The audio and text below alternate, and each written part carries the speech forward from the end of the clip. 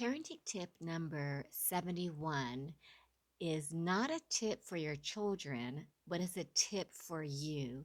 I think oftentimes moms feel like a failure because your kids are upset at you, or you feel like you're not able to comfort them or give them the right words of wisdom, and you just feel lost.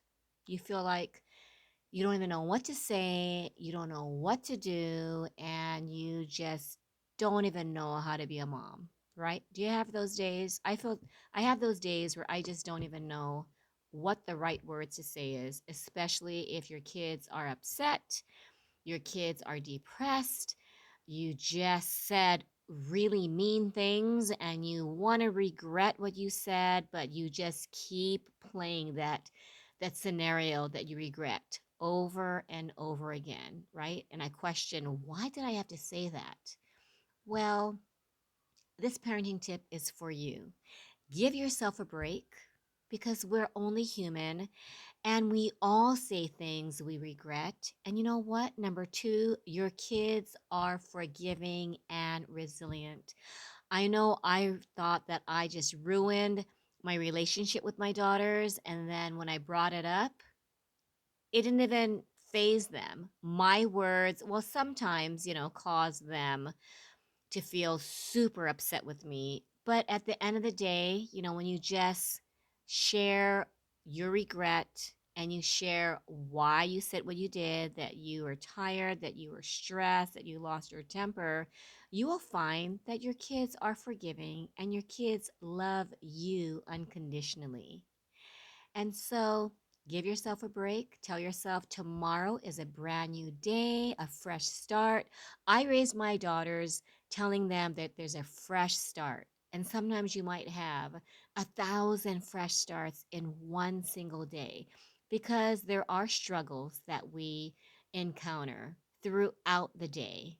And if you have, sometimes more, sometimes not, I was going to say if you have multiple children, but sometimes just having that one child will give you multiple opportunities to experience your buttons being pushed, um, your temper just, explodes, and you just don't think that you can handle one more minute of being a mom because you feel exhausted, you feel stressed out, and you don't even have time for you, but you have to just be resilient. I was telling Chelsea just this morning, sometimes I feel like I'm being just drawn in so many directions that I have to put my stuff on the side to help her. And then I just realized immediately what I just said makes her feel like she's a nuisance to me. And she said, "Sorry, mom, that I'm causing you extra stress." And I just said, "No, you know what?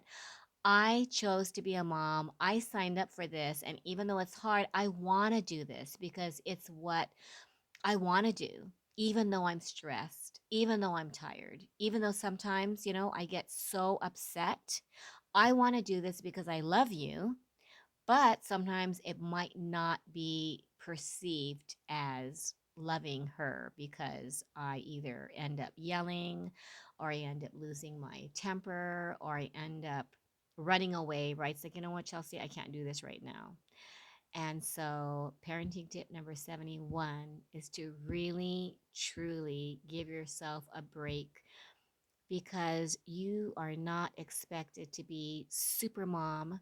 Sometimes the mom of the year is the mom who learns to let it go.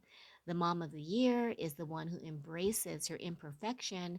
And the mom of the year is the one who experiences and embraces failure and sees it not as failure, but as just another opportunity to build resilience and teach her kids that sometimes being human involves making mistakes as a mom, involves not fixing the problem because sometimes we just have to realize that life is filled with problems that take longer to fix and sometimes problems that we can't fix and we just have to let it go. So that's not problem, that's parenting tip number 71. Be kind to yourself, practice compassion to yourself. So, this parenting tip, in a way, embraces failure, right? Embraces imperfection, and it empowers your children for success in the way that it prepares them to deal with all this crappy stuff that life is going to show them. And if you model that, you know what, sometimes I mess up because moms are not perfect.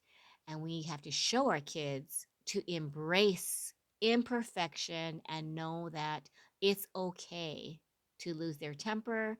It's okay because you show them that not only do you lose your temper, but you also own it and you apologize. Apologizing to your kids will empower both you and your child.